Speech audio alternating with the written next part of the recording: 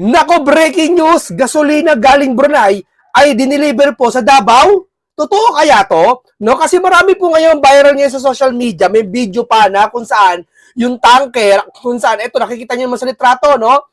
Na ito daw ay dineliver dito sa nirepost lang ni History Channel, pero ito ay viral po na talaga may video pa, no? May tanker na sinakay sa isang barko at talaga gasolina daw galing Brunei. Kasi nga daw si Tatay Digong magkaibigan daw yung Sultan ng Brunei. Okay naman, totoo naman talaga magkakilala sila dahil gawa ng, syempre, Presidente si Tatay Digong at bahagi yun ng isang relasyon sa ibang bansa, no? At malaki din ang, alam ko, ang relasyon niya doon sa Brunei, sa atin, no?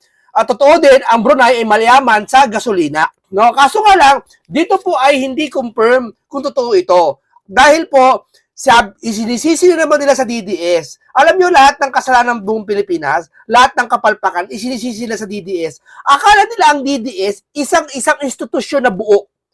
Isang grupo na buo. Hindi nila alam, yung mga taong sabi ng DDS, yung mga DDS sabihin, diehard supporter ng Duterte. Pero iba, katulad ko, hindi naman ako DDS, pero binoto ko si Duterte. Ako ba, DDS ako? Hindi kaya kong ipagkangulo si Duterte kung nagkakamali siya. Di ba?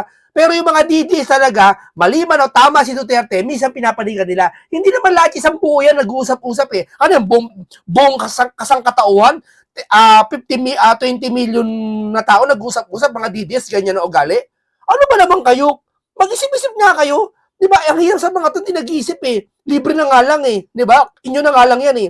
O ito hindi ito fake news to, maaring tanim fake news to. Kuwari, pinapakalat kunwari ng mga bangag vloggers para kagatin ng DDS, siyempre tuwan-tuwa DDS. Pag nireshare ng DDS, sasabihin nila DDS na nagpapakala. Ganyan katutuso itong mga to. Kuhang-kuha nyo kayong mga bangag vloggers kuhang-kuha nyo style ni Satanas kuhang-kuha nyo talagang kopyang-kopya nyo style ni Satanas ano kayo, talagang walang pinagkaiba style nyo O ito, dito po sabi, dito po, ni Astra Pimentel Naik, sabi daw isang executive director ng PDP Laban, no? Davao nakabili ng gasolina sa Brunei. Ngayon, Davao City nakabili ng gasolina sa Brunei. Nakabili umano ng gasolina ng Brunei, Davao City ay sa PDP Laban Executive Director Astra Pimentel Naik. Hindi natin alam kung gaano katotoo ito Hindi natin kino-confirm. Hindi ko siya sabing totoo to o hindi. No, dito kasi may possible na hindi talaga totoo. At may possible na kaya niya pinusto, maaaring may part lang siguro ng lugar na kung saan nakabili siguro ang mayor ng Davao na si Baste ng gasolina. Maaaring hindi sa Brunei, maaaring dineliver kung saan. Hindi natin alam ang totoong istorya Kaya nga mas maganda, pumunta kayo sa PIO, tawagan nyo PIO ng Davao. May number naman, may research naman kayo sa Google. Yung PIO, tawagan nyo yung Davao, alamin nyo kung totoo ito. Ganun kasimple yun, di ba? Kasi malay mo, kalahati totoo, kalahati hindi. Ano ibig ko sabihin? Malay nyo, may nag-deliver naman talaga na hindi naman ukma sa Brunei. Hindi sakto sa lugar. Kumbaga, may gasolina lang na inangkat ng konti. Maaring ganun, Kaya siguro nasabi niya to. Anya, dumating sa Davao City ang gasolinang galing Brunei. Dagdag pa niya, pagkakaibigang hindi mawawasak sa pagsubok. May isang video di umano ng truck na may dalang gasolina, pinost naman ni driver na may caption na salamat Brunei. Nahaharap ngayon sa krisis ang bansa dahil sa kakulangan supply gasolina dulot na patuloy na tumitinding tension sa Middle East. May video siyang pinakita ito ngayon may mga tanker na nakasakay sa barko. Pero hindi natin alam kung totoo yan, no? Malay mo totoo yan kaya natin husgahan.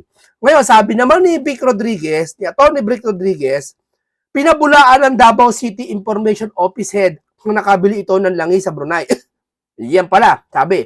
Ibinahagi ni Atty. Vic Rodriguez ang kanyang Facebook account na walang umanong impormasyon na nakabili ang Davao City ng gasolina sa Brunei. Pinabulaan ni Harvey Lantixe City Information Office Head, ito ngayon PIO, na kumakalat na balita nakabili umano Davao City supply ng langis sa Brunei. Wala kami impormasyon tungkol sa umano'y supply ng langis mula sa Brunei na dumarating sa Davao City, pamahalang lungsod na hindi pa nakipag-usap sa Brunei tungkol sa bagay na ito. Salamat. Alam mo, ang hirap kasi sa mga bangag vloggers, obsessed na sila sa DDS Ito kinonfirm mismo ng isang DDS na si Atty. Vic Rodriguez at iba pang kasamahan niya na hindi totoo ito. Ha? Ngayon, sasabihin nila, oh, tignan mo mga DDS, nagpapakalat ng fake news. Sila nga nagko-confirm na totoo yan eh. At isa pa, napaka-impertinente ng mga bangag vloggers. Ha? Alam nyo, pati mga pinklawak, tignan mo sa Davao, may nahuli. Di ba may nahuli na worth of 7 million yata na, alam nyo na pulburo, nahuli. Ha? Ando si Basti sa harapan. Nakagano si Basti, nakasimangot. Alam mo sabi, kitang-kita sa body language, nangihinayang daw si Basti sa mga nahuli. Ano ba naman utak yan? Ang hilig nyo kasi manood ng mga Teletubbies nung araw eh. Ang hilig nyo kasi manood ng mga pambatang, sa bagay, yung anak nila kasi nanonood ng pambatang, kasi kalimitan kasi, yung mga tatay, nanonood yung anak, kahit yung tatay gusto manood ng National Geographic, yung anak nila, yung apo nila, gusto manood ng pambatang palabas. Kaya napipilitan sila manood. Kaya siguro hindi natin masisisi, mga utak nila, nasimot sa kakapanood ng mga ganun. Hindi, dito to, di ba? Ako, real talk yan, di ba? Hindi sila nagkakabasa ng mga balita para ma-enhance yung brain cells ng utak nila. Hindi sila nakakapag ganun. Hindi sila, kumbaga, may kapasidad yung utak nila na hindi kaya isipin yung mga bagay na dapat isipin. Sabi niya sa pag-aaral, correct thinking is logic. Meaning ng logic is correct thinking. No? Hindi sila nakakapag-isip ng tamang ganun. Sa bagay, siguro sa kinakain din, no? Pero mo nakahuli sila Basti ng pulburon. Sasabihin nyo, tingnan nyo, meron pa pala sa Davao na pulburon. Akala ko ba wala na? Wala na nga, kaya nga nagtrabaho, kaya nga nahuli. Maano ka, bati ko si Mon Davao, kung nakikita mo, mayroong mga pulburon doon na hindi nahuhuli. Hinuli niya Andun kasi Basti sa harapan niya Di ba? Nang hinayang daw si Basti. Ano nang hinayang? Bakit gumagamit ba si Basti ng pulburon? Ha? Kayo, yung amo nyo, tanungin nyo. Dahil yung kapatid, nag-amin. Alam nyo na. Imbestigahan nyo yan. Wala kami siya sabi totoo yun, pero yung kapatid mismo nagsabi. Di ba? Imbestigahan nyo. Di ba? Kayo talaga, ang hina ng mga to. Ito, si Atty. Vic Rodriguez, pakinggan nyo, Pinky, kino-call up ka ni Atty. Vic Rodriguez. Iba ka na talaga. Ano ka na, malala ka na, Pinky. Pero bago ito muna tayo. Buti Taba, si Pinky gusto, ang yabang nila, pinamukha nila sa taong bayan, pumirma si Rizak, pumirma si Pink, pumirma si Bam, pumirma si Pangilinan. Natuwan-tuwa yung mga Pinklawan. Talagang yung mga sila Marcoleta nagpupush daw ng flood control issue, ba't hindi daw pumirma? Ba't pipirma si Senator Marcoleta? Partial report yun. Nag-iisip ba? Ano ba naman kayo? Nanonood ba kayo ng mga cartoon talaga? Ano ba pinapanood sa buhay nyo? Hindi pipirma si Senator Marcoleta niya kasi partial report yun. Ang hero sa kanila ngayon, tignan mo sila Pinky, pumirma. Ibig sabihin, gusto nila mag-imbestiga, sila Marcoleta ayaw. Si Marcoleta pa ayaw mag-imbestiga, siya nga pinipilit si Pinky, imbitahan yung 18 Marines. Pati si Romualdez, may interparliamentary courtship pa siya nalalaman. Di ba? Ano ibig kong sabihin? Hindi pumirma yung ibang senador kasi partial report yun. Ikaw, Pip, ano ba ito? Ano ba, ganito sabihin ko tignan mo panoorin mo kung pipirma ka. May nahuli, 20 magnanakaw, 20 magnanakaw nahuli mo. Nahuli mo, ikaw saksi. Tapos, si Pinky, 10 lang ang gustong hulihin. Tapos papapirmahan sa'yo. Payag ka, pipirmahan mo. Sumagot ka. Pipirmahan mo. Yung alam mo 20 na nahuli. Alam mo 20 yung nahuli magnanakaw. Tapos 10 lang yung pipirmahan mo, payag ka. Sumagot ka kung payag ka. Kung payag ka, parehas kayo ni Pinky. Kung hindi ka papayag, parehas kayo ng iniisip ni Senator Marcoleta at ni JB. Yan RC2 won't sign until contractor name in the Blue Ribbon Report. Wala namang contractor dun Paano mapapangalanan? Ayaw patawag. Si Martin niya may interparliamentary courtesy. Yung 18 Marines niya, kredibilidad ng tinignan Di ho ba? Sisihin niyo si Pinky. Di ba? Hindi porket pumirma, sila na yung naintindihan nyo na. Mag-isip-isip kasi kayo. Hindi porket sinabi ni Senator Marcoleta, give up na. Hindi porket sinabi hindi na pumirma, pangit na tignan. Ang hihina talaga ng mga to no? Magtano kayo, mag-ano kayo, misa kumain, wag niya kasi kakain ng noodles lagi. Wag, kumain kayo ng saging, pinya, itlog, saba, saging, kumain kayo ng gulay, wag puro baboy. Wala, natuto yung utak nyo eh. Totoo lang, hindi, binibigyan ko kayo ng tip para maging matalino ha. Binibigyan ko kayo ng tip. Oh, kahit anong basa mo ng buong dictionary at ng iba pang babasahin, hindi ka tatalino. Hanggat sa yung sarili mo, ayaw mo ayusin. Di ba? O ito, tignan nyo to, si Attorney Vic Rodriguez sa kanyang salita. Attorney, hindi po ba pwedeng kasuhan si Naping ng obstruction of justice Dapat siya, kasuhan eh. sa hindi niya pagdinig sa mga 18 sundalo? Pag-usapan Kung pwedeng kasuhan na, kasi ang tagal mag-imbestiga eh. po natin yan. Alam mo ninyo, may sinabing pahayag itong si Ping Lacson. Patatawag daw niya, bibigyan daan ang testimonyang nais ipahayag ni Manong Chavit Singson. No? At bukas din daw siya ipatawag ang 18 sundalo upang maglahad ng kanilang nalalaman tungkol sa mali-malitang pera. Yan po ay isa pa ring parte ng cover-up. Kasi nga ho, merong epic failure of leadership. Hindi lamang si Bongbong Marcos, kundi sa maraming institusyon ng ating bansa. Ano? Pati dyan sa Senado, lalo na sa Kongreso. Ano? Di Kongreso, hindi niya pag-usapan dyan yung corruption eh. Napag-usapan ba yung corruption dyan? Ha? Napag-usapan yung ikulong ang mga kurakot. Okay yun. Kasi alam nila si Sara, paniniwala nila lustay. Kaya naniniwala ko yung panawagan nila ikulong ang kurakot. Hindi para sa administrasyon yun eh. Para kay Sara yun eh. Oh, come on. Bakit? Bakit sabi ko para kay Sara yun? Kasi kung para sa lahat yung sinasabi nila ikulong, ha? Dapat inaatupag nila yung nangyayari ngayon. Napatunayan na nga sino isa sa mga mastermind ha. Sino eh? Si Saldi, di ba? Ayaw nilang batikusin eh. Bakit? Kaya tama yung hinala ng iba, chismis, baka naabutan. Natin dyan. Kung ipatatawag si Manong Chavit Singson, si Governor Chavit Singson, mabuti. Subalit, kung ipatatawag din ang 18 sundalo na naghayag ng kanilang nalalaman sa mali-malitang pera, kumpara sa 5,000 pisong assistance na ibinibigay sa ating mga public transport drivers, kalokohan po yan hanggat hindi ipinapatawag sino?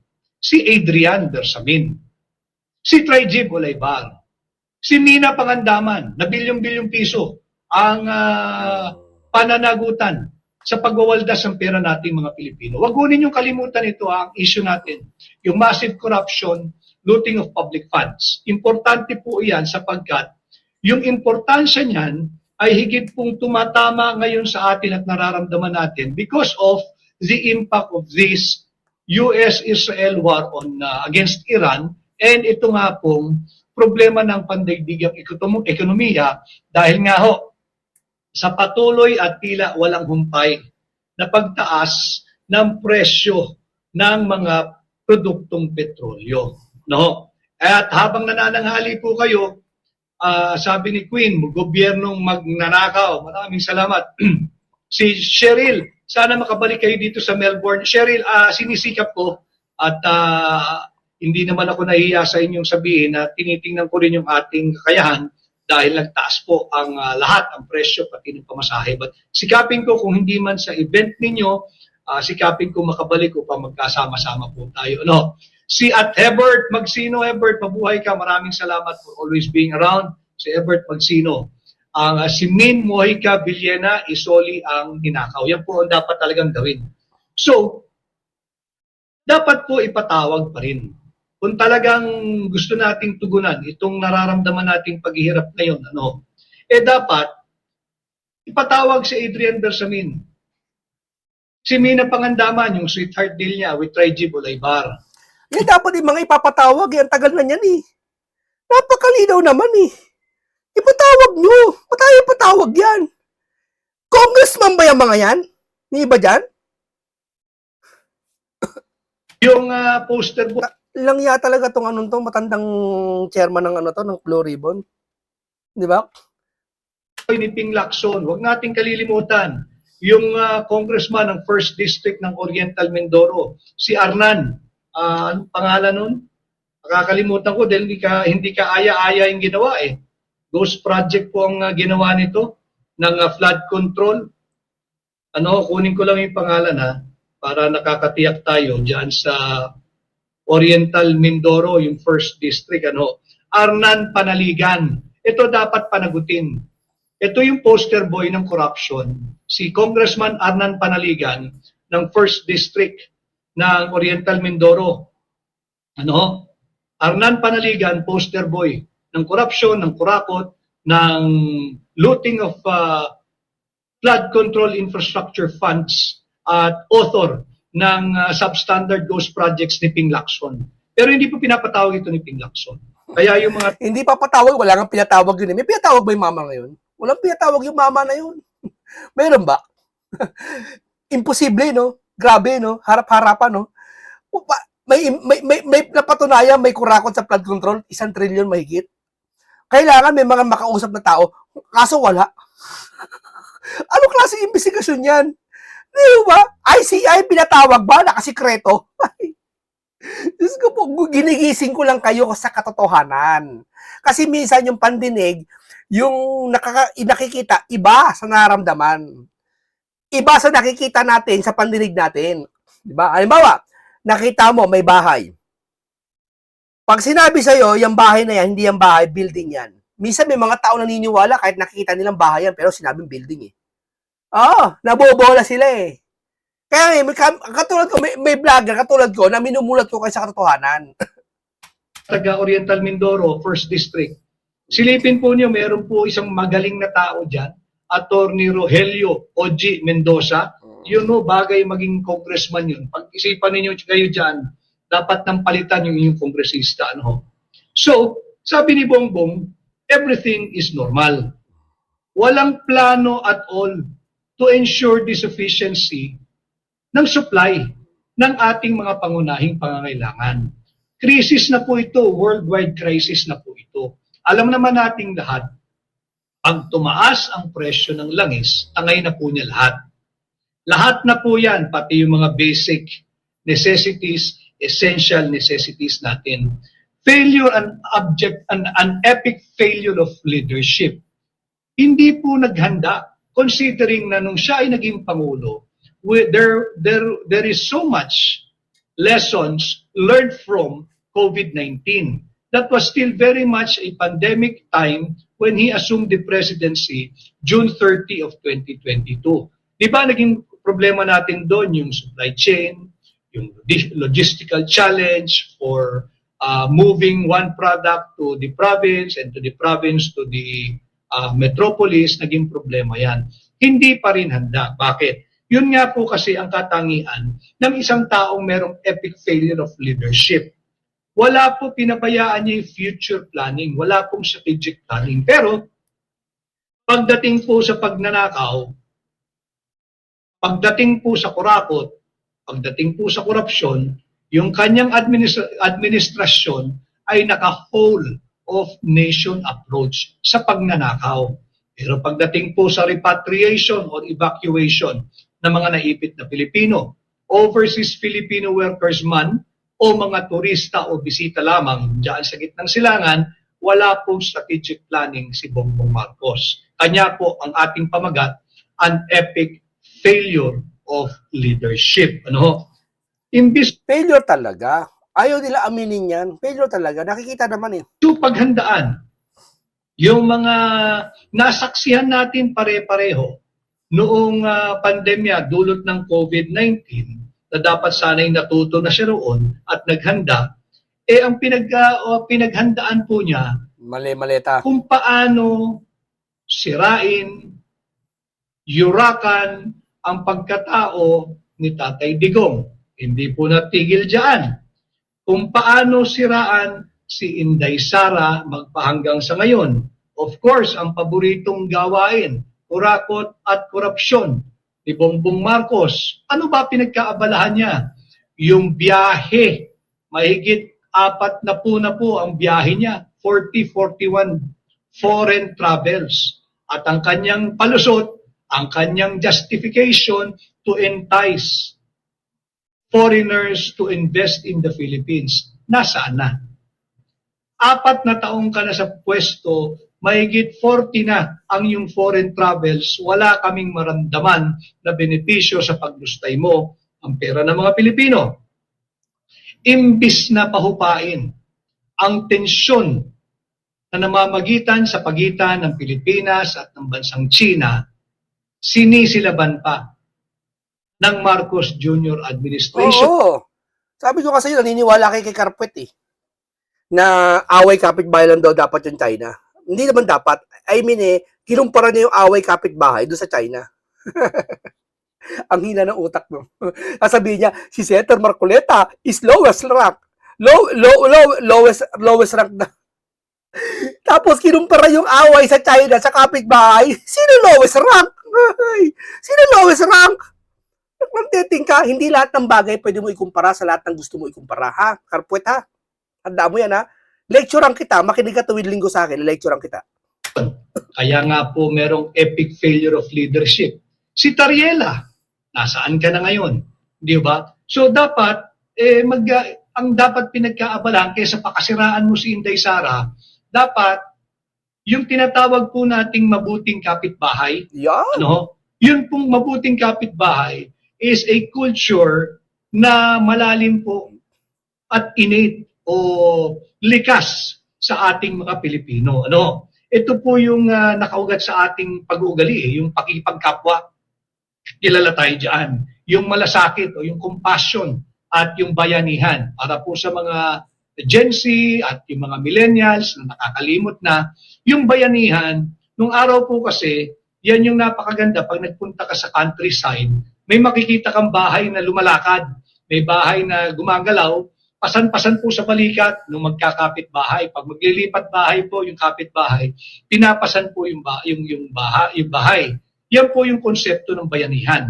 Yan po yung nakaugat sa kultura nating mga Pilipino. In relation to what is happening now to the Middle East at itong ating pakikitungo dito po sa bansang China, sapagkat wala na po tayong pagkukuhaan ng langis Yung isa pong owner ng isang branded din na gasoline station, ako po I was told the other night na sinabihan na siya ng kanyang supplier. Unfortunately for him, ang supply po niya ay nanggagaling sa bansang China. Nag-ban na po ng oil export or fuel export ang China. Natural po yun. Uunahin muna niya yung kanilang domestic needs, domestic demand at domestic consumption. So hindi na po sila mag-export muna ng kanilang production ng langis, ng gas, ng diesel. At yun po yung sinabi doon sa owner ng isang gasoline station. Last order na po nila. Tanong, pag naubos yun, saan kukuha ng replenishment or resupply itong gasolinahang ito? Malaki rin po itong gasolinahang ito. At pag yan ay nagsunod-sunod, mauuwi po tayo kagaya ng oil crisis noong 1970. Kaya nga po epic failure of leadership itong si Bongbong Marcos Nung panahon ng kanyang ama, nagkaroon na po ng oil crisis kung saan dumoble pumalo po yung presyo kada bariles ng langis. From his experience then, dapat sana meron siyang pinaghuhugutang wisdom on how to deal with our current situation. But unfortunately, as our title suggests, there is an epic failure of leadership. Marami Islamic principle ng good neighborliness na nakaugat po iyan sa Quran. Pareho din po. Hindi, ginagamit nila China kaya ayaw nila sa China. Ginagamit nila ang China kasi galit ang Pilipino sa China. Diba? Hindi man galit talaga. Tinuturuan nila magalit ang Pilipino sa China. Para lahat ng Pilipino nga naman, pagdating ng botohan, sila bida. Di ba? Pero hindi nila tinuruan ng mga Pilipino magalit sa mga tao ng urakot. Sa anong paraan mo tuturuan ng mga tao para magalit sa kurakot? Sa anong paraan? Dapat sabihan mo, kayo mga pinklawan, dapat sabihin nyo kung sino kurakot sa mga Pilipino. Kumilos kayo. Sa pamamagitan man lang yan, masabi nyo sa mga Pilipino na kami minsan nagtagbol sa inyo. Kaya ibuboto namin kayo pagdating sa 2028. Di ba? Anong nangyayari ngayon? Di ba? Nung ating pagiging mabuting kapitbahay. Subalit, ito po, may krisis tayo.